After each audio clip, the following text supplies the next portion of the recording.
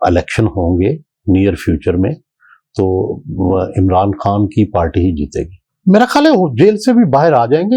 یہ تو ان کا حق بنتا ہے کہ ان کو اقتدار ملے اگر ان کے پاس پاپولیرٹی ہے. بالآخر جب بھی یہ حکومت جائے گی یا اسٹیبلشمنٹ کا زور کم ہوگا وہ اقتدار میں آ جائے گا. اسٹیبلشمنٹ یا مقتدرہ یہ سمجھ گئی ہے کہ ان کا ان کاموں میں مداخلت سے ان کا اپنا بھی نقصان ہے اور ریاست کا بھی نقصان ہے. بس یہ سمجھانے کی ضرورت ہے کہ خون کی لکیر دیکھو نا. بھٹو صاحب کے قتل اور ان کے اقتدار سے رخصت کرنے کے بعد ہوئی بنی تھی نا, جس میں ان کی وہ ظاہر ہے ان کو غصہ تھا اور جب ان کو پاور ملی تو, لیکن بے نظیر بھٹو نے انتقام نہیں لیا. بے نظیر بھٹو نے کسی کو پروسیکیوٹ نہیں کیا. یہ جو دونوں پارٹیاں ہیں نا, تحریک انصاف کی اور نون لیگ, بالخصوص یہ دونوں پارٹیاں, ان کی بنیاد اور طاقت جو ہے وہ پنجاب سے ہے اور اسٹیبلشمنٹ کی طاقت اور بنیاد بھی پنجاب سے. اور آپ مستقبل قریب میں عمران خان کو یا ان کی جماعت کو پاور میں آتا ہوا دیکھ رہے ہیں؟ جی کوئی راستہ نہیں ہے اس کے علاوہ. یہی لگتا ہے کہ اگر جب بھی الیکشن ہوں گے نیئر فیوچر میں تو عمران خان کی پارٹی ہی جیتے گی. ٹھیک ہے, عمران خان کی پارٹی جیتے گی, لیکن الیکشن سے پہلے جب بھی ہو, ٹھیک ہے, اب تو آہستہ آہستہ آوازیں آنا شروع ہو گئی ہیں نئے الیکشن کی. عمران خان کو الیکشن سے پہلے آپ جیل سے باہر دیکھ رہے ہیں؟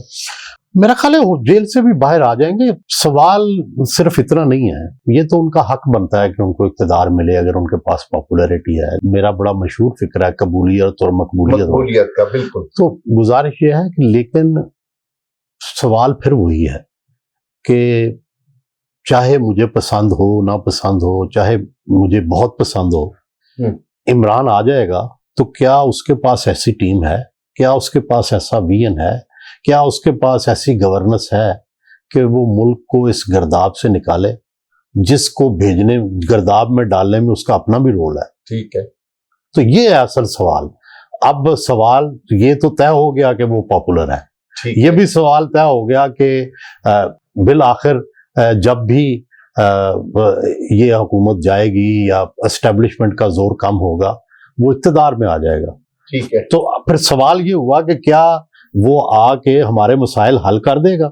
مجھے نہیں لگتا. میرا خیال ہے کہ اس سے بھی آگے ہمیں جانا پڑے گا, ہمیں اس مشکل سے بھی گزرنا پڑے گا اور اس مشکل سے گزر کے پھر ایک اچھے دن کا انتظار کرنا پڑے گا. اسٹیبلشمنٹ کا زور کم ہوتا ہوا دیکھ رہے ہیں آپ مستقبل قریب میں؟ جی کم ہو رہا ہے آہستہ آہستہ. دنیا بھر میں ہر ملک میں وقت کے ساتھ ساتھ یہ کم ہوا ہے, اور یہاں بھی ظاہر ہے تاریخ تو یہی بتاتی ہے کہ وقت کے ساتھ ساتھ جو شعور بڑھتا ہے, جو ادارے مضبوط ہوتے ہیں, اسٹیبلشمنٹ کا زور کم ہوتا ہے. اچھا, آپ نے بہت مرفوف الفاظ میں بہت خوبصورت ایک بات کہی تھی کہ ماضی میں کہتے تھے کہ ایک قبر ہے اور دو مردے ہیں. ٹھیک ہے, آپ نے یہ کہا تھا کہ آج بھی اس طرح کی ایک کیفیت لگتی ہے, تو اس بارے میں آپ کا کیا خیال؟ نہیں, میں نے خیر اس طرح تو نہیں کہا, لیکن گزارش یہ, چونکہ آپ کو لیکن گزارش یہ ہے کہ میں تو یہ مسلسل کہہ رہا ہوں 1.5-2 سال سے کہ واحد راستہ, میں تو نہ انقلاب کا حامی ہوں نہ بغاوت کا حامی ہوں, کیونکہ میں اس کو ملک کے لیے, ملک کے عوام کے لیے اچھا نہیں سمجھتا. اس سے خون بہتا ہے, اس میں بہت نقصان ہوتا ہے. اور کہتے ہیں کہ ایک ظالم کی جگہ دوسرے ظالم بھی آ جاتے ہیں اور پتہ نہیں ہوتا, انقلاب کی منزل کا نہیں پتہ ہوتا کہ انقلاب کے نیچے سے کیا نکلے گا. ایرانی انقلاب جو تھا اس کو بائیں بازو نے شروع کیا, صحیح, اور وہاں اسلامی انقلاب آ گیا اور بایاں بازو بیچارہ کہیں نظر ہی نہیں آتا. بالکل. تو اسی طرح فرانس کا انقلاب بھی پتہ نہیں کہاں سے شروع ہوا تھا, کہاں جا کے نکلا. ٹھیک ہے, روس کا انقلاب بھی, تو یہ پتہ نہیں ہوتا کہ انقلاب کیا سمت اختیار کر لے گا. صحیح.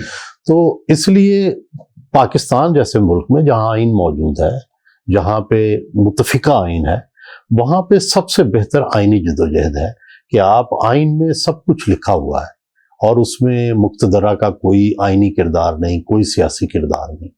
تو آپ آئینی جدوجہد کریں گے تو الٹیمیٹلی جس طرح باقی دنیا میں اسٹیبلشمنٹ یا مقتدرہ یہ سمجھ گئی ہے کہ ان کا ان کاموں میں مداخلت سے ان کا اپنا بھی نقصان ہے اور ریاست کا بھی نقصان ہے. بس یہ سمجھانے کی ضرورت ہے.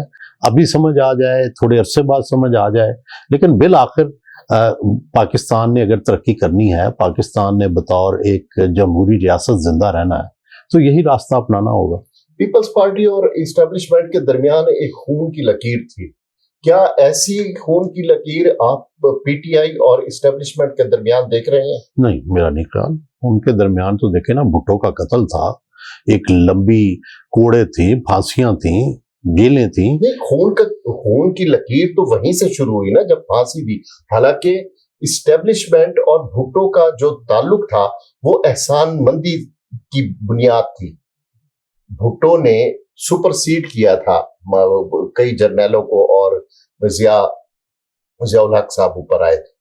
تو اس حوالے سے کیا خون کی لکیر, کیا آج خون کی لکیر دیکھو نا, بھٹو صاحب کے قتل اور ان کے اقتدار سے رخصت کرنے کے بعد ہوئی بنی تھی نا, جس میں جی ان کی وہ ظاہر ہے ان کو غصہ تھا, اور جب ان کو پاور ملی تو, لیکن بے نظیر بھٹو نے انتقام نہیں لیا.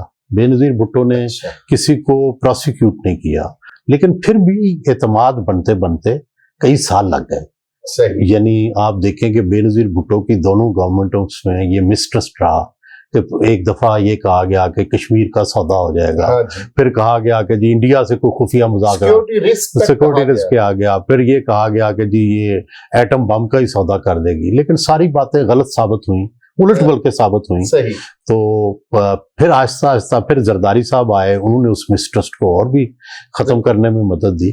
تو ظاہر ہے جب کوئی مسٹرسٹ ہوتا ہے تو اس کے دور ہونے میں وقت بھی لگتا ہے. اب خونی تاریخ نہیں دہرائی جائے گی. نہیں, میرا نہیں خیال کہ خونی کوئی, دیکھیں کوئی ابھی تک تو دیکھیں, اللہ نہ کرے کوئی ایسی مثال قائم ہو, کوئی اسٹیبلشمنٹ نے تحریک انصاف کے کسی بندے کو قتل یا اس طرح کی تو کوئی چیز نہیں کی. تشدد کی واقعات ہیں, جیل کے واقعات ہیں, وہ ہماری تاریخ بڑے 9 مئی بھی تاریخ میں سارے واقعات بڑے بڑے ہیں. اے این پی کے ساتھ کیا ہوا, کمیونسٹ پارٹی کے ساتھ کیا ہوا, جماعت اسلامی کے ساتھ کیا ہوا, پیپلز پارٹی کے ساتھ کیا ہوا, نون کے ساتھ کیا ہوا.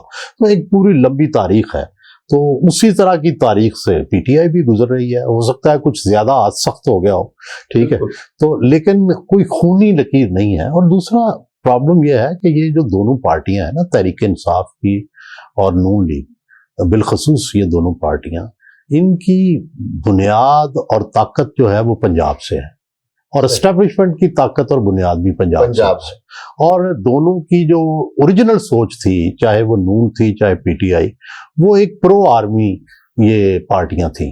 صحیح. ٹھیک ہے, جب نون شروع ہوئی تو بعد میں اس نے جو بھی شکل اختیار کی, لیکن شروع میں تو میڈ ان پاکستان کا نعرہ ہوتا تھا نواز شریف کا, اور عمران خان کا بھی نعرہ پرو اسٹیبلشمنٹ تھا, اور انہوں نے نواز شریف کی انڈیا سے دوستی کی مخالفت کی, انہوں نے ہر اس اقدام کی مخالفت کی جو اسٹیبلشمنٹ, اور جس میں نواز شریف کی لڑائی تھی اس میں انہوں نے اسٹیبلشمنٹ کا ساتھ دیا. تو بنیادی طور پر تو یہ دونوں جماعتیں اتحادی رہی ہیں اسٹیبلشمنٹ کی, اور جب بھی ان کی اسٹیبلشمنٹ سے صلح ہو جاتی ہے اقتدار کے لیے, یہ دونوں پھر وہ اپنی لڑائیاں بھول کے پھر گڈ مڈ ہو جاتے ہیں. بالکل صحیح ہے. اچھا, یہ بتائیں کہ آپ کے کالمز میں ایک لفظ کی تکرار ہوتی ہے, تضادستان. جی, اس سے کیا مراد ہے آپ؟ میرا پیارا ملک پاکستان. اچھا, کیا کیا تضادات ہیں, اگر دو ایک آپ؟ ہمارے ہاں ہر چیز میں تضاد ہے. میرے اندر تضاد ہے, آپ کے اندر تضاد ہے, مقتدرہ کے کردار میں تضاد ہے, سیاستدانوں کے کردار میں تضاد ہے, عدلیہ کے کردار میں تضاد ہے, بیوروکریسی کے کردار میں تضاد ہے, علماء دین کے کردار میں تضاد ہے. کہاں نہیں ہے وہ مجھے بتائے. تو بس پھر اس لیے یہی میرے پیارے ملک پاکستان کو میں پیار سے تضادستان کہتا ہوں. تضادستان. اچھا سر, آخری سوال, this is last but not the least, کہ جب آپ نے جرنلزم شروع کی, اس وقت کی اور آج کی جرنلزم میں کیا اخلاقی طور پر تنزلی ہے؟ کیا نہیں, تنزلی تو نہیں میں کہہ سکتا, لیکن فرق کیا ہے؟ میں سمجھتا ہوں کہ پہلے ہمیں بہت محنت کرنی پڑتی تھی.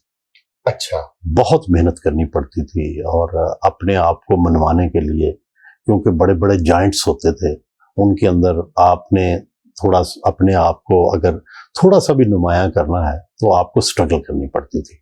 ٹھیک ہے, تو اب یہ ہے کہ اب ٹی وی اسکرین ہے, اور ٹی وی اسکرین پہ آپ کسی کی شلوار اتار لیں تو آپ 1 منٹ میں مشہور ہو جاتے ہیں. تو ضروری نہیں کہ شلوار کے اتارنے کے لیے آپ نے کوئی عمل پڑھا ہو یا آپ نے کوئی مطالعہ کیا ہو, آپ کے پاس تیز بلیڈ ہو تب بھی آپ شلوار اتار سکتے ہیں. تو زبان کا بلیڈ جو ہے وہ زیادہ امپورٹنٹ ہو گیا ہے, ذہن کا بلیڈ بیچارہ نکارا ہو گیا. واہ سر, اسی نوٹ پر ختم کرتے ہیں. بہت مہربانی. Thank you.